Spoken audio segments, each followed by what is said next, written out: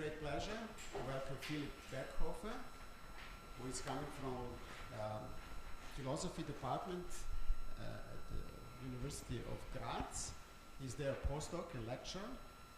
He spent part of this spring term in University of Pittsburgh at the Center for Philosophy of Science. He was a visiting fellow there. We got in touch because he's co-organizing together with Philippe Goyard conference, a workshop, is the same title or is it? No, it's not the same title, but it's the same topic. It's the same topic. Reconstructing the interpretive quantum mechanics, which is happening in August. Yes. And on this occasion, I wanted to be ahead of time and before the workshop starts, learn already what you think about that. He has also a bachelor in physics, a PhD in philosophy. He's a president of the Austrian Society for Phenomenology, which is one of the focus of his research, together with epistemology and philosophy of physics.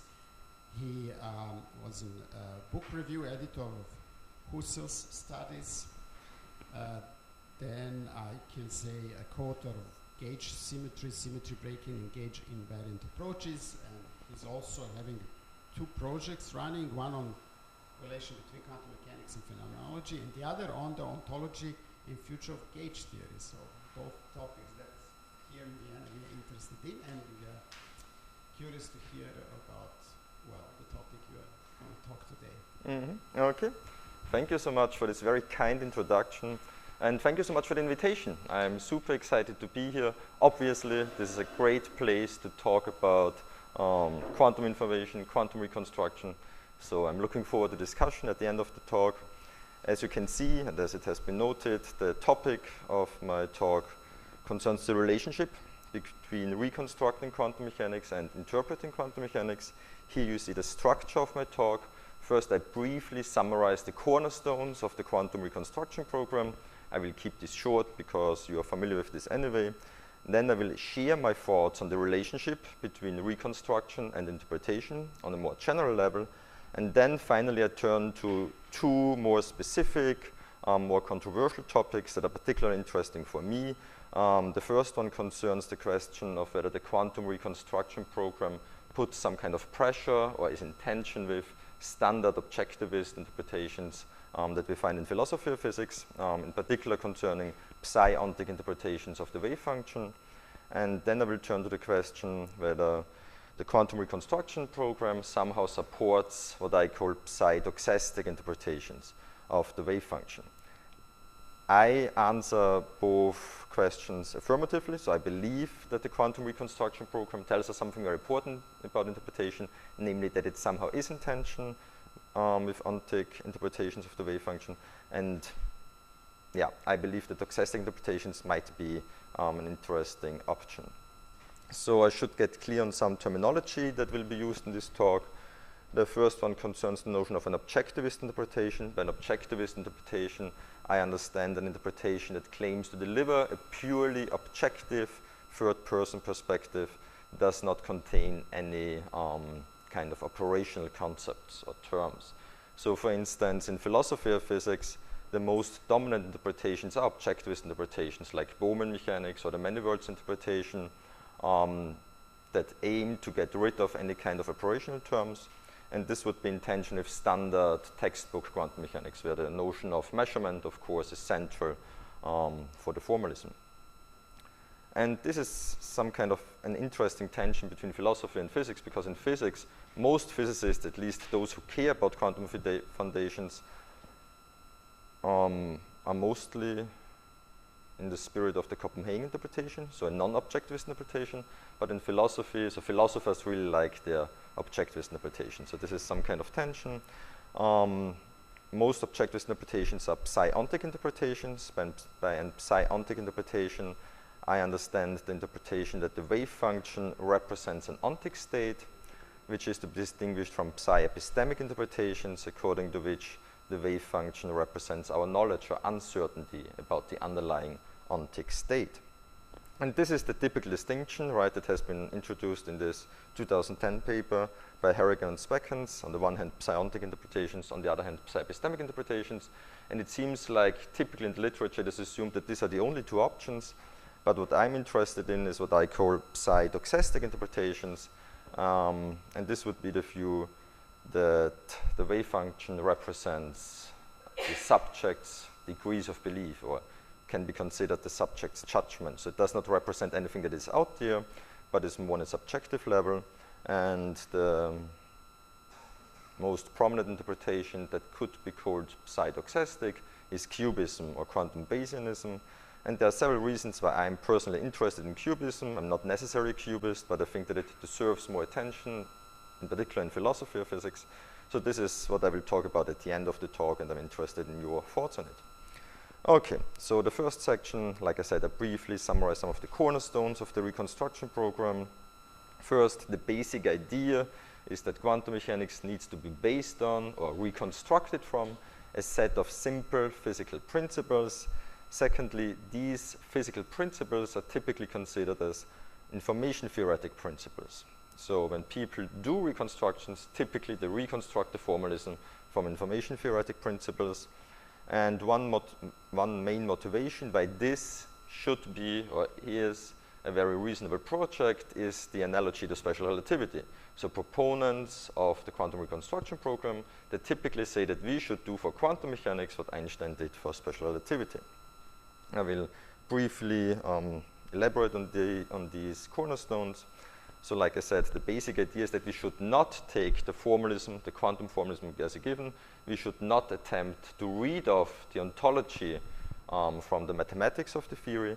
Instead, we should look for clear physical principles from which the formalism can be derived. And we see here that there's some kind of tension between the project of interpreting quantum mechanics and the project of reconstructing quantum mechanics, because proponents of the reconstruction program would typically say that the first, what is mentioned at first, namely reading of an ontology from the mathematics, is typically what is done when people interpret quantum mechanics. So they would say that it is problematic that typically we proceed like, here's the formalism, and now we try to make sense of it. Instead, we should be looking for a reason where the mathematics comes from. So this is the basic idea. One underlying ambition in this context is the hope that by reconstructing quantum mechanics, we learn something about quantum mechanics, right? We better understand quantum mechanics by identifying and analyzing the principles that constitute the physical foundation of quantum mechanics. And here we see that there's already an intimate connection between interpretation and reconstruction, right? Because if this works out, if we find clear physical principles from which the formalism can be derived, then this will help us to better understand and also to better interpret quantum mechanics. And as I said, the main motivation is to do for quantum mechanics what Einstein did for special relativity. And here it is important to note that Einstein did not discover the mathematical structure of special relativity, right? So mathematics has been known to Lorentz and other people before Einstein, but what Einstein did is that he showed how formalism, how the mathematics follows from two more or less clear principles, namely in the case of Einstein, the light postulate and the principle of special relativity. And the idea is that special relativity emerged as a well-understood theory because it was possible to reconstruct it from these two physical principles. Perhaps the paper that can be regarded as the proper beginning of the quantum reconstruction project is Rovelli's 1996 paper, Relational Quantum Mechanics. I read this direct quotation that is in red. Rovelli said, "Quantum mechanics will cease to look puzzling only when we'll be able to derive the formalism of the theory from a set of simple physical assertions." So like I said, this is the basic idea that has been spelled out very clearly in this 1996 paper. This is the heart of the project. Of course, then we can discuss what does it mean that a principle is simple. Do they have to be information-theoretic principles, etc.? But this is, like I said, the basic idea. In Zeilinger's 1999 paper, he pointed out that what we're looking for is not an axiomatic formalization, but what we're looking for in this kind of foundational research is a foundational conceptual principle. This is in line with Rovelli, and this is also in line with what Chris Fuchs said in his 2001 paper, and here he identified quantum information theory as this conceptual foundation, which of course has also been pointed out by Rovelli and Zeilinger. This is a more recent quote that also somehow nicely summarizes what I'm interested in here. Also the right part, Dariano and his co-authors, they say, in a satisfactory axiomatization of a physical theory, the mathematical structures should emerge as a consequence of postulates that have a direct physical interpretation. By this we mean postulates referring to primitive notions like physical system, measurement, and so on. So the point, and what is interesting, what is important for me, is that we see here that these people working on quantum reconstructions, they look for operational terms, right? They want to base quantum mechanics within this operational framework, and this, as I will point out in the next section, is in tension with how philosophers of physics typically proceed in interpretations of quantum mechanics. This is just a very short summary of some of the key moments of the Reconstruction project. Okay, so regarding the relationship between reconstructing quantum mechanics and interpreting quantum mechanics, we have seen that proponents of QRP, of the quantum reconstruction program, point out that we should not take the quantum formalism as a given. And in particular, we should not attempt to read off an ontology from the formalism. Instead, it has been criticized by, for instance, Fuchs and Stacy, that mainstream philosophy of quantum mechanics typically proceeds by reifying, objectifying all the mathematical symbols of the theory and then explore whatever comes of the move. And the idea is that instead we should take a more physical and less mathematical approach. Of course, then the question is, what does this mean precisely, right, for the relationship between reconstruction and interpretation? Here you see a map of options, like possibilities, how we could clarify the relationship between reconstruction and interpretation. The first two options are just logical possibilities. I don't think that anybody really believes in it. Let's start with option 3, because I believe that perhaps some of you might feel like this. So option 3 says the quantum reconstruction project is in strong tension with the project of interpretation in the following sense. If the quantum reconstruction project is successful, so if we successfully derive the formalism from some clear physical principles, then the project of interpreting quantum mechanics is superfluous. There is no need for further interpretations. And in the literature, it seems to me that this is sometimes the attitude of proponents of the quantum reconstruction program, that once we have identified the clear physical principles, we are done, basically, right? We have understood quantum mechanics if we have done this, and we don't need the project of interpreting the formalism and so on. The fourth option, I think, is the option that some philosophers feel attracted to. The fourth option says the quantum reconstruction program and the project of interpretation are more or less unrelated projects. The quantum reconstruction project is equally consistent with any existing interpretation. I should mention that while the quantum reconstruction project is quite popular in physics, or at least among physicists working on quantum foundations, it is often ignored in philosophy of physics. So also very prominent philosophers of physics working on interpretations of quantum mechanics do not explicitly work on reconstruction quantum mechanics, or at least thinking or reflecting on the quantum reconstruction project. And I think there are two reasons for this. One might be that they have an attitude like 4, in the sense that, okay, quantum reconstructions might be nice. If they work out, we can reconstruct the formalism, but still this does not have any impact on what we are doing, on how we are interpreting quantum mechanics. Another reason might be that the quantum reconstruction program really is in tension, really is at odds with the mainstream objectivist interpretations. So this might be problematic for philosophers supporting such interpretation, which is why they might ignore it or might feel not very happy about it. What I'm interested in is this fifth option. Here you see it more clearly. This fifth option, So this is how I spell it out. It says the quantum reconstruction program and the project of interpretation are complementary projects, complementary in the following sense. The success of one does not rule out the success of the other. Both projects can benefit from each other. Reconstructions are themselves in need of interpretation.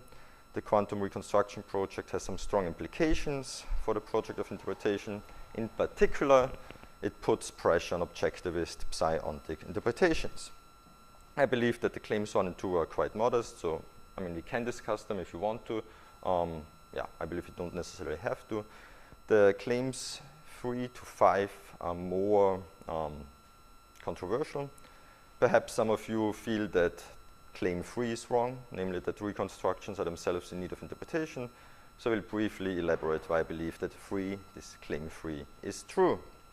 Okay, so why are reconstructions in need of interpretation? The first reason is that there does not exist a unique reconstruction, right? As of yet, there exist several successful reconstructions that are based on different principles. Most of them typically are information-theoretic principles, but they're not the same, right? So it seems like there is no unique way of successfully reconstructing quantum theory, and I think this mere fact already shows that there are some questions that need to be discussed, some questions of interpretation.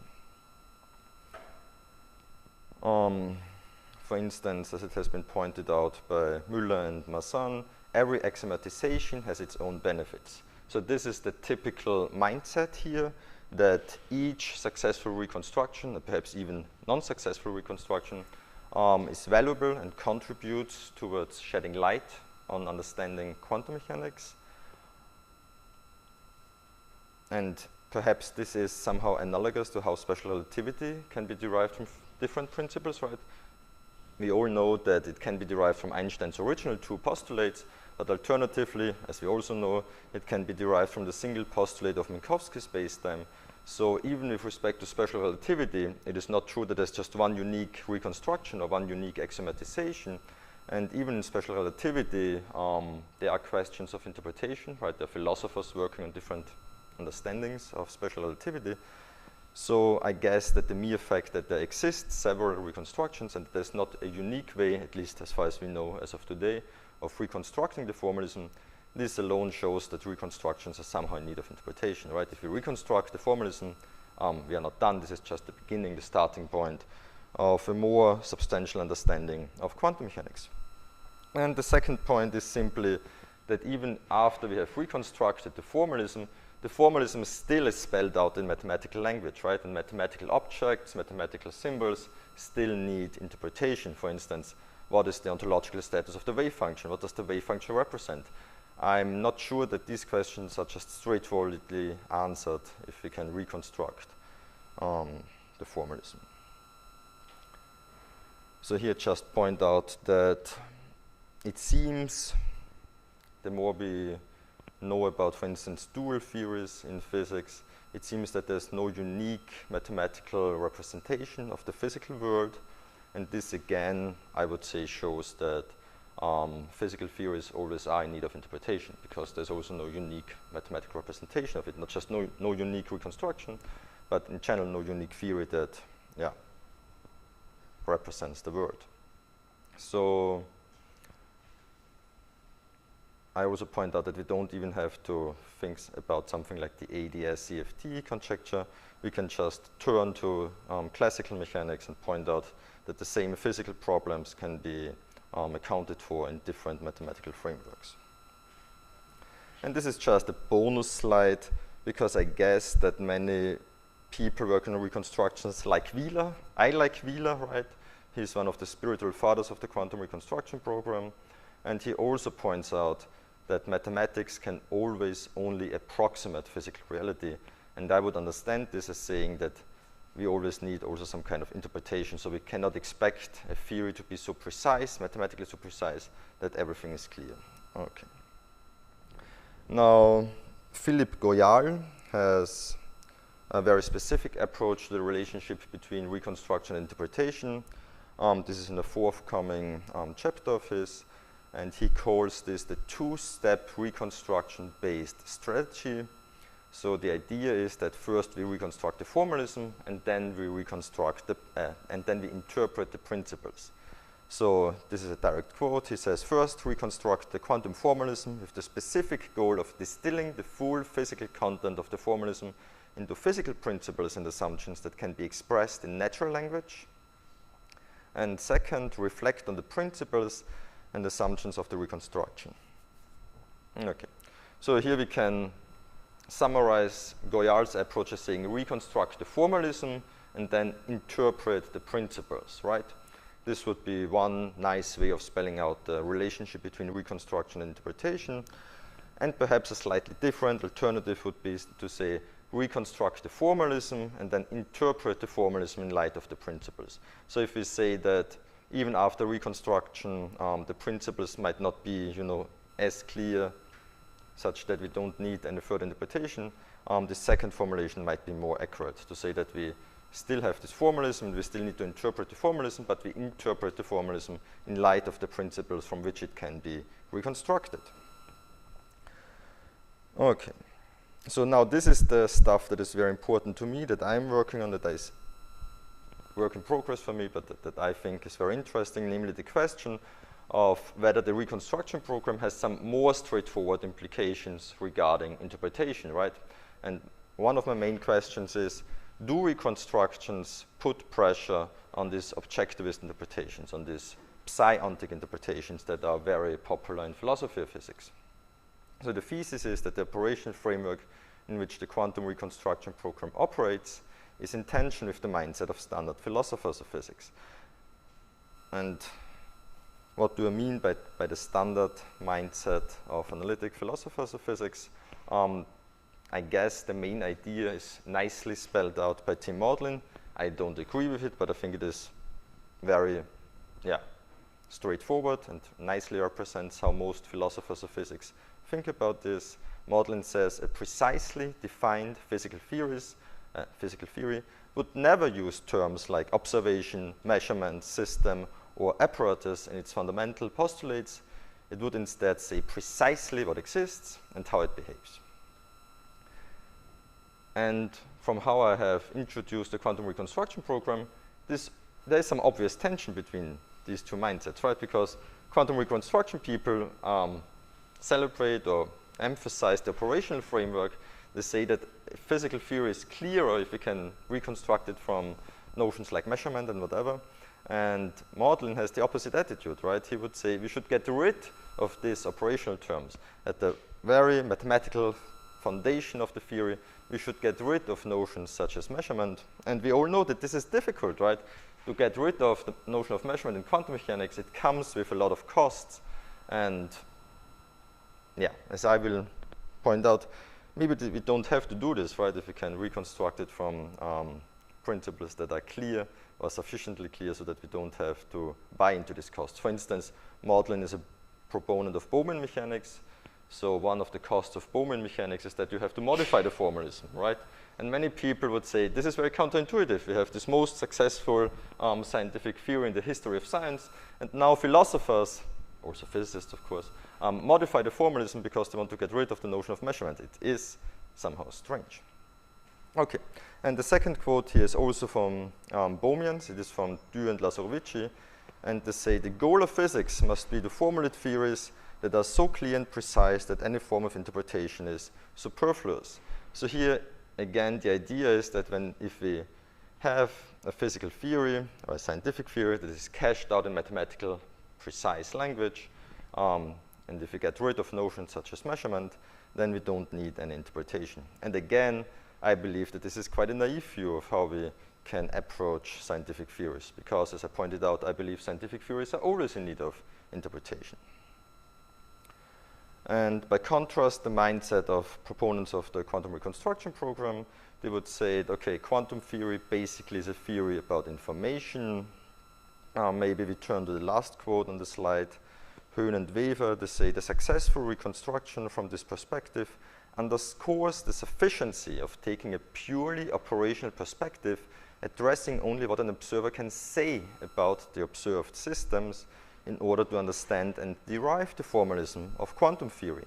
ontic statements about the reality underlying the observer's interactions with the physical systems are unnecessary. And obviously, if this is true, right, there are some very straightforward connections between quantum reconstruction and the interpretation of quantum mechanics, because like these strong objectivist interpretations would be superfluous. They would not be necessary to understand quantum mechanics. And then the question is, why should we buy into this, right? Why should we modify the formalism? Why should we accept non-locality or whatever if we can make sense of quantum mechanics more straightforwardly? I've recently talked with PHILIPP, and as far as I understand his position, he would say that in the past he believed that there's a more straightforward relationship between reconstruction and interpretation, and he's not so sure anymore how important these implications are. I don't know if he still believes in this sentence, in this red sentence that I just read, but I think it is very plausible. So the thesis would be that the more evidence we have that quantum mechanics on a fundamental level is about information, or if you are more in this relational quantum mechanics, about the about interacting systems, or if you're more into Cubism, about the observer-observed relationship, the less reason we have to believe in an objectivist interpretation that seeks to purge quantum mechanics of all operational notions. And this is why I say that the success of quantum reconstructions puts some kind of pressure on objectivist interpretations. And I think that this is a kind of direct attack or whatever objection to standard objectivist interpretations. And it should be noted that we can also make the similar point in a more indirect way, and this has been done by Kobarinsky and Müller. I just read this quote. They say, none of Bowman mechanics, Everettian quantum theory, so like these objectivist interpretations in my terminology, or collapse theories, fill the explanatory role of a principal theory in Einstein's sense. For example, Everettian quantum theory does not start with a broad general framework of theories of many worlds, put simple principles on top of that, and prove that quantum theory is the unique theory of many worlds that satisfies these principles. By contrast, this is exactly what is done by the reconstruction people, right? You work within this framework of general probability theory, identify some clear physical information-theoretic principles, and then show that quantum mechanics is the unique theory that follows from these plausible principles. Objectivist interpretations like Everettian or many worlds interpretation, they cannot do this. So the quantum reconstruction program has the virtue of having perhaps more explanatory power, at least in this context, than these objectivist interpretations. But of course, we need to see more on the relationship between reconstruction and interpretation. Okay, but so far, for the sake of the argument, so to speak, let us assume that it is indeed true that the quantum reconstruction program somehow, so rules out would be too strong, right? But let's say, okay, quantum reconstruction program puts some strong pressure on psiontic interpretations. It motivates us to look for an alternative, right? What are alternatives to psiontic interpretations? And here the natural, typical answer is psi-epistemic interpretations, right? If we believe that psiontic interpretations are somehow problematic within the framework of reconstructions, let's look for psi-epistemic interpretations. This is the typical move that we find in the literature.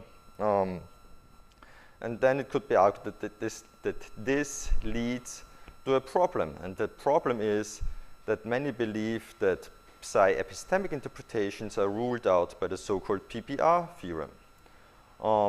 And also, for the sake of the argument, let us assume that this is true, right? Let us assume that psi-epistemic interpretations are problematic for different reasons.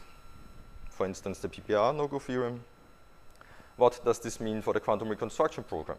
So if we have two theses now, right? The one thesis is the quantum reconstruction program is somehow inconsistent with psi-ontic interpretations. And the second thesis is that psi-epistemic interpretations are problematic. So what is a way out? And what I suggest, what might be an interesting possibility that is not much discussed neither in philosophy and not so much also in physics, but in particular not in philosophy, is what I call psi-doxastic interpretations. And So I've already mentioned this at the beginning, right? But here again, doxastic interpretations, according to them, the wave function neither represents an ontic state, nor does it represent our knowledge or uncertainty about the underlying ontic state. Instead, it represents degrees of belief. And the interpretation of quantum mechanics, or the most, I don't know, worked out interpretation of quantum mechanics that goes in this direction, that can be properly called a psi-doxastic interpretation, is Cubism. What is Cubism? I would say this is the currently best developed interpretation that takes the notion of experience as a central notion in the theory. So it has this Copenhagen spirit. The distinctive idea of Cubism is that quantum probabilities are not objective probabilities, but they are personalist Bayesian probabilities. Bayesian probabilities in the sense of Bruno De Finetti. This means that for the Cubist, the quantum state does not represent objective reality, but represents an agent's subjective degrees of belief about her future experiences. This is how Cubists introduce their position. So instead of being construed as the representation of something physically real, the wave function is considered to be a mathematical tool that encodes one's expectations about one's future experiences. Yeah. And as Fuchs and Schack here have said it, the quantum states do not represent an element of physical reality, but an agent's personal probability assignments.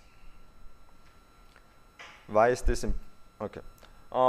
Like I said, Cubism is not very popular in philosophy of physics. It is a little bit more popular in physics, or among physicists working on quantum foundations.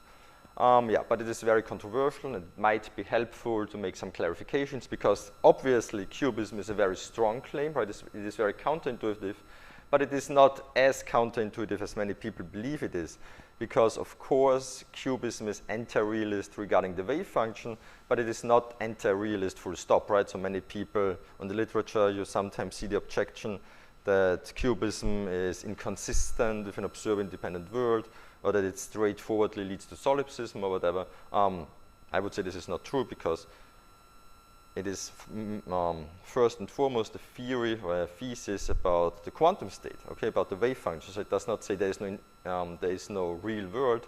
It just says quantum mechanics does not tell you about the nature of objects. It tells you about what you should believe to experience next. So it is anti-realist regarding the wave function, but not anti-realist regarding the world or whatever. And it is also not strongly instrumentalist in the sense that Cubists would say quantum mechanics does not tell us anything about the world, that it's only about predictions or whatever. This is also not the case. Cubists typically would say quantum mechanics does tell us something very important about the world. For instance, as Chris Fuchs has pointed out, that reality is more than any third-person perspective can capture. So this is one of the slogans of Cubism. And the second clarification, but I have already mentioned this, is that Cubism is not psi-epistemic, but psi-doxastic, and that this is also precisely why Cubism avoids the PPR theorem. So in the literature, it is often assumed that Cubism is psi-epistemic, and then one could say, okay, but isn't Cubism ruled out by the PPR theorem? This is why it is somehow, I guess, important to make this more distinctions, these more fine-grained distinctions between psi-ontic, psi-epistemic, and psi-doxastic. And psi-doxastic interpretations are neutral on the PPR theorem, so they're not ruled out by the PPR theorem, which makes Cubism, I guess, one of the main alternatives to psi-ontic interpretations. Yeah. And this also seems to be a problem in the philosophy literature, that typically the PPR theorem is misunderstood as ruling out any interpretation that is not psi-ontic, but like I just said, PPR theorem does not rule out psi-doxastic interpretations, and thus does also not rule out Cubism. Okay. Now, this is something that Cubists don't talk about, so maybe I'm just mistaken about this, but it seems to me that there are some tensions between Cubism and the quantum reconstruction program, and this is precisely because Cubism is psi-doxastic and not psi-epistemic. And the reason is that notions such as knowledge or information, in which typical reconstructions quantum reconstructions are formulated within these factive concepts.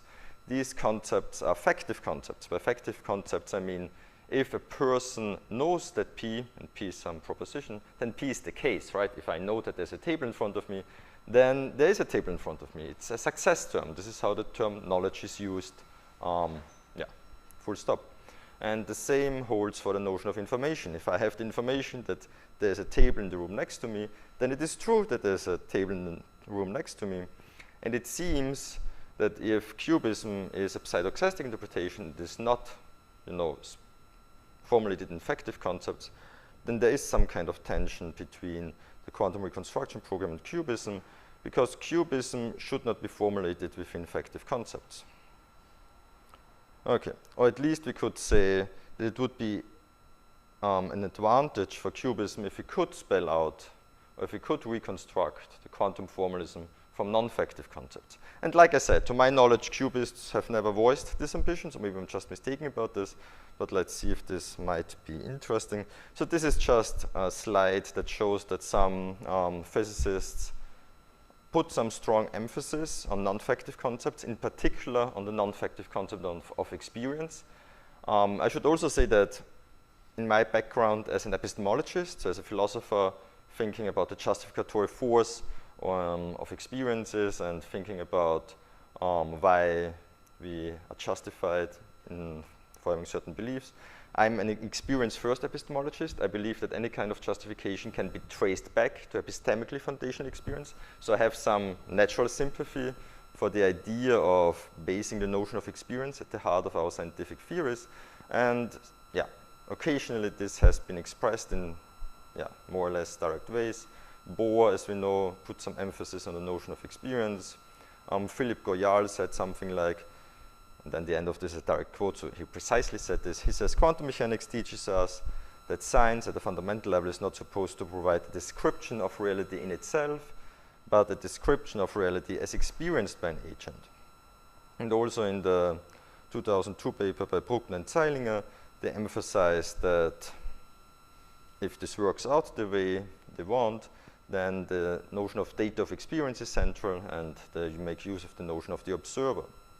So what I would be interested in is if we can reformulate certain successful reconstructions in non-success terms, like in non-factive terms, and in particular using the notion of experience. And like I said, maybe this just doesn't work out at all, and then I have learned something and I'm a wiser man, but let's see if this makes any sense for you.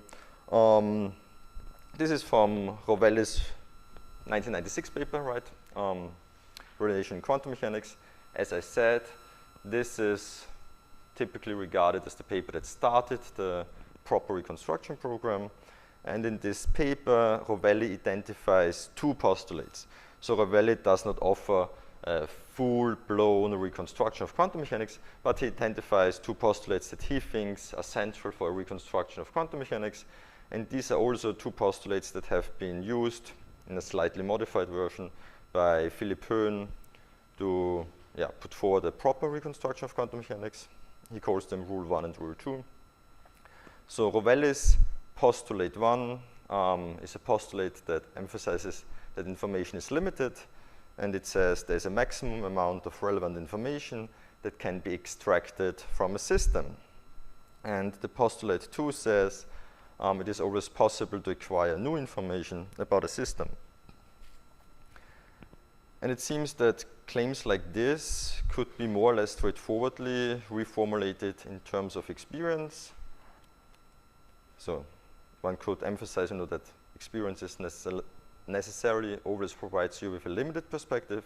This is something that has been claimed for a long time in the phenomenological tradition. Phenomenology in the sense of Edmund Husserl's philosophical movement. So we could reformulate postulate 1 as saying there is a maximum amount of experiential input corresponding to a distinctive perspective from which an object can be experienced. And the second postulate could be reformulated as saying it is always possible to acquire a new perspective on the object.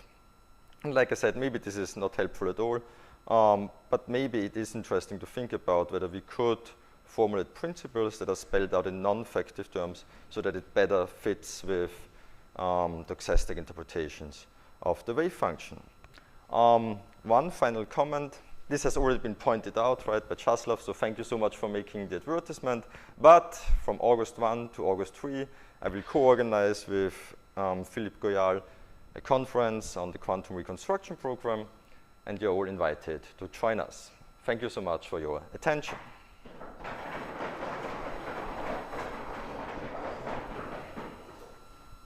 So, thanks a lot for your talk. We're open for questions. Okay, so thanks for a great talk. I really enjoyed it. Now one thing, so when you go beyond epistemic interpretations, then Cubism is an alternative option. In a way, you could say that it's a historical accident that Cubism has exactly made the choices that they did. For example, when you say, you know, it must be subjective degrees of belief, then I think this is not the only option. You could still have something like private probabilities, which are maybe not subjective belief, but something else. For example, chances. Let's say I use the quantum state to predict that I will hear a detector click later on, and the quantum state allows me to attach a probability to that, then you don't necessarily have to interpret that in Cubist terms. So have you thought about having perhaps a more broader range of options? Because, you know, if evading the PPR theorem might be possible also within a much broader framework. Thanks so much for this. I don't have a good answer to this. What I do know is that the Cubist movement started out as a movement that had a non-subjective notion of probability, right? They started out with a more objective Bayesian account of probability, and then it didn't work out for them. I don't know exactly what role played, for instance, the PPR theorem on their change of mind, but I'm not sure. So if it is not subjective probabilities, but more objective probabilities, wouldn't this just boil down to typical Copenhagen interpretations, like textbook quantum mechanics, to say that the probabilities are, objective, that they are how the world is structured? Well, it would perhaps be a bit more in that direction, but you could still say these are probabilities not about facts of the world, but about future experiences, for example. Of any observer, yes. So objectively true for any possible observer, or something like that. Yes, I mean, perhaps private to that specific observer that assigns the state. I guess there are already versions that go a bit in that direction, like Richard Healy, for example, might say that, you know, he's very close to a Cubist view, but he likes to think of quantum probabilities. I think, okay, so maybe I can say something about this that makes more sense than what I just said before. So, like I said, so my background mostly is in epistemology, and I have been interested in the question of whether we can understand quantum mechanics as saying that the wave function represents not objective reality or whatever, and also not degrees of belief, but degrees of epistemic justification. Okay, so this would be very nice for me, right? Because then I can say there's a straightforward relationship between my approach to the justificatory force of experiences and my approach to epistemology in general, like this experience-first approach, saying that experiences are our basic justifiers and that every epistemically justified belief can be traced back to epistemically foundational experiences, and to quantum mechanics, because then quantum mechanics would be the formalism that tells you, okay, given your actual experiential input, you should believe this. And for some time I understood Cubism like this, but then the Cubists very directly pointed out to me that this is not their position, right? This is because although they emphasize that for them quantum mechanics has a normative dimension and not so much a descriptive dimension, the normative dimension is only that the Born rules restrict your judgments, right? Your judgments or your wave functions, ascriptions should be consistent with the Born rule, but the wave function itself is completely non-normative for them. It's just doxastic, it's just a judgment, right? It's a judgment of the subject. And yeah, I have seen that Healy might go more in this direction that I've been interested in originally. But yeah, unfortunately, I So I don't have a theory, right? I just have the idea that this would be very nice for me. I don't know how to spell it out, but it's, so you think that this might be a viable option to say that the wave function represents degrees of justification more than degrees of belief? I tend to think along these lines, yeah. Okay, great, Maybe great. in It's good. Maybe we can discuss this more, yeah. Great, thank you so much. Further questions? I just wanted to push back a bit on the thesis that you said that if we get more evidence that quantum mechanics is about information, like based on these reconstructions, then we shouldn't believe as much anymore into the objective interpretation.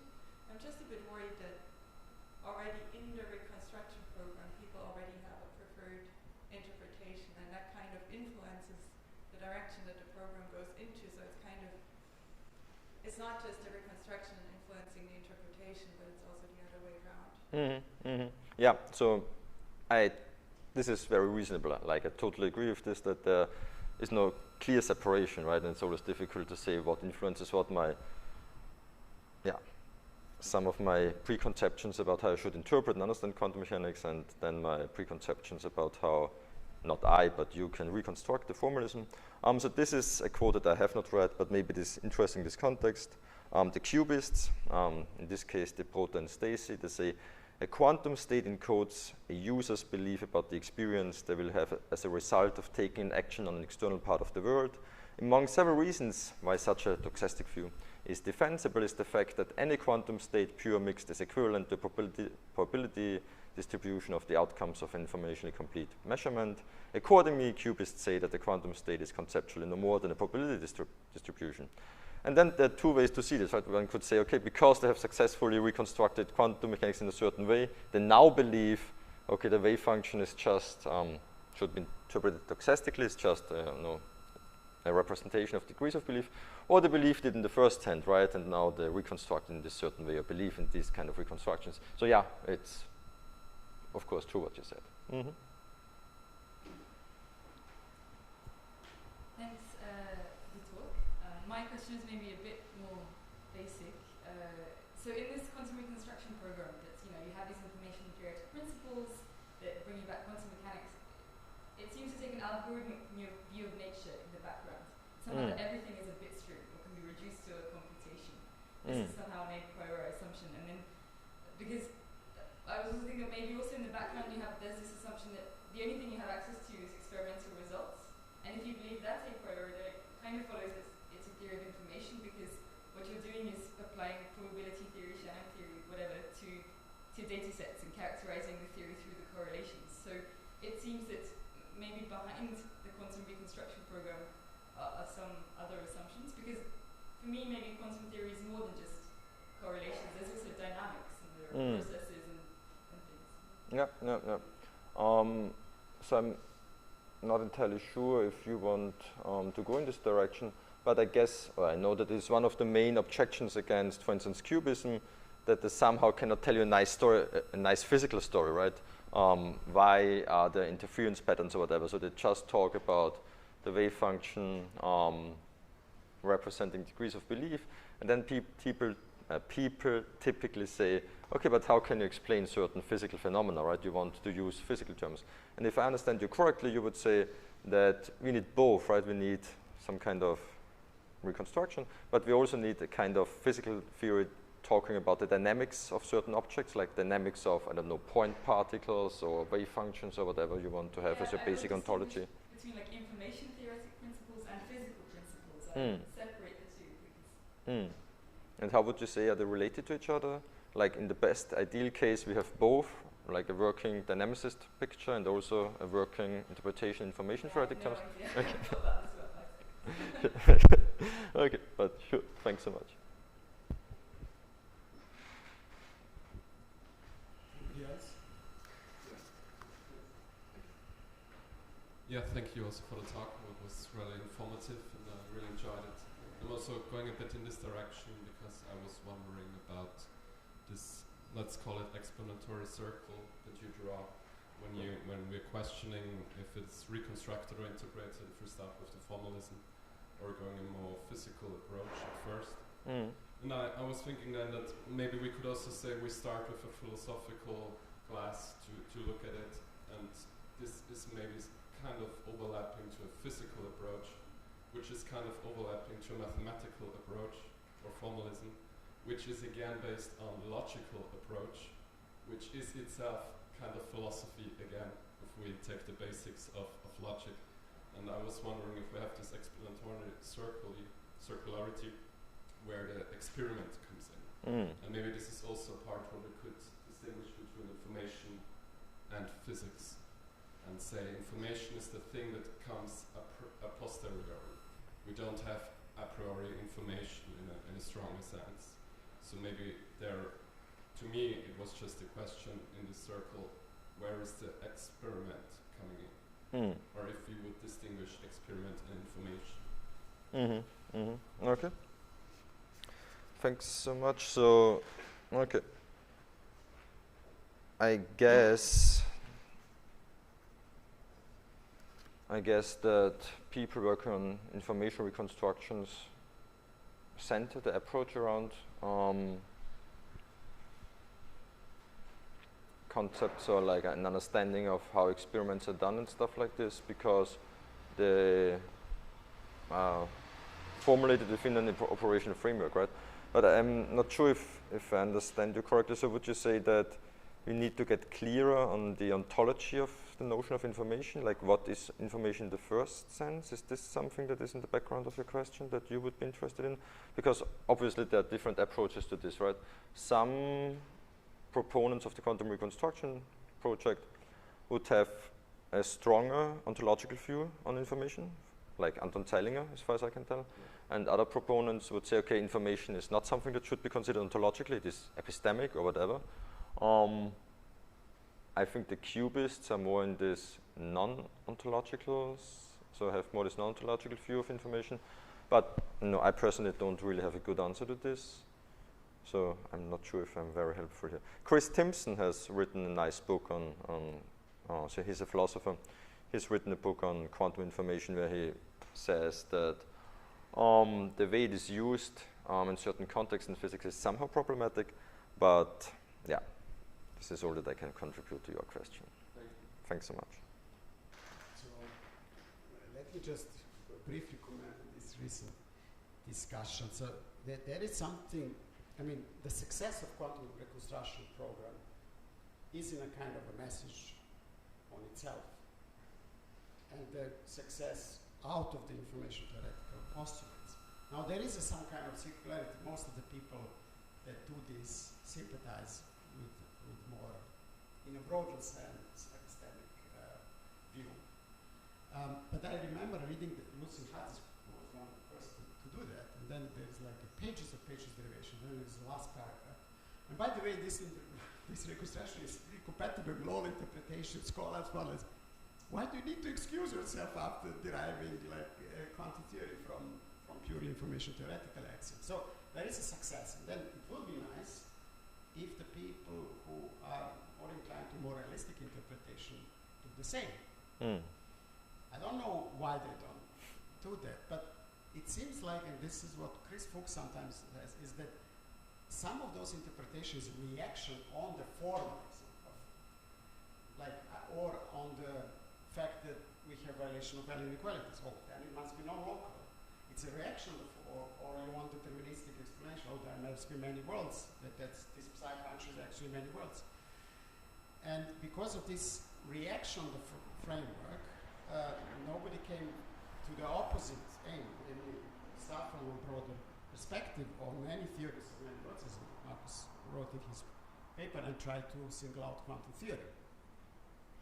And I think it's reaction on the formalism plus your preferred philosophical attitude, determinism or more realistic attitude. And that's all what is needed. Like, why should I, this is the only possibility, like, why should I reconstruct? But it would be nice to reconstruct out of these general ideas. And so Chris Fuchs, I think in this quantum interviews, wrote that reconstructing many worlds, reconstructing quantum theory from the idea of the many worlds would be like growing a lizard from the chopped tail.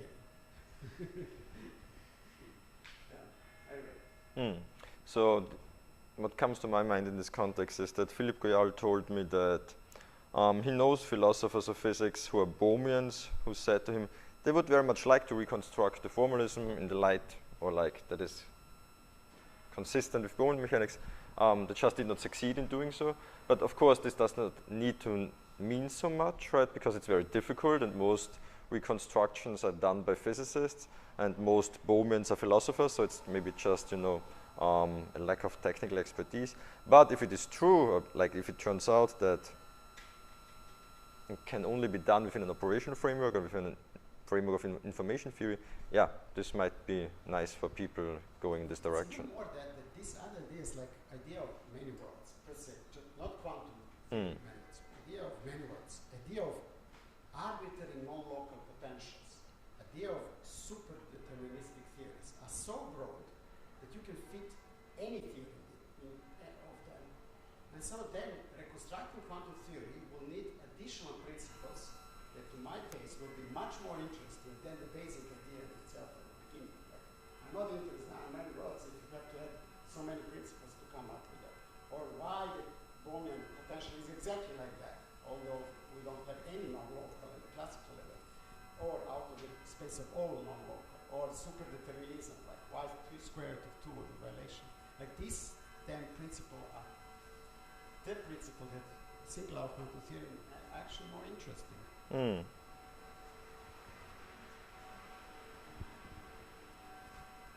So shall we stop at that moment? Thank you very much again. Thank you so much for the discussion. Thank you so much.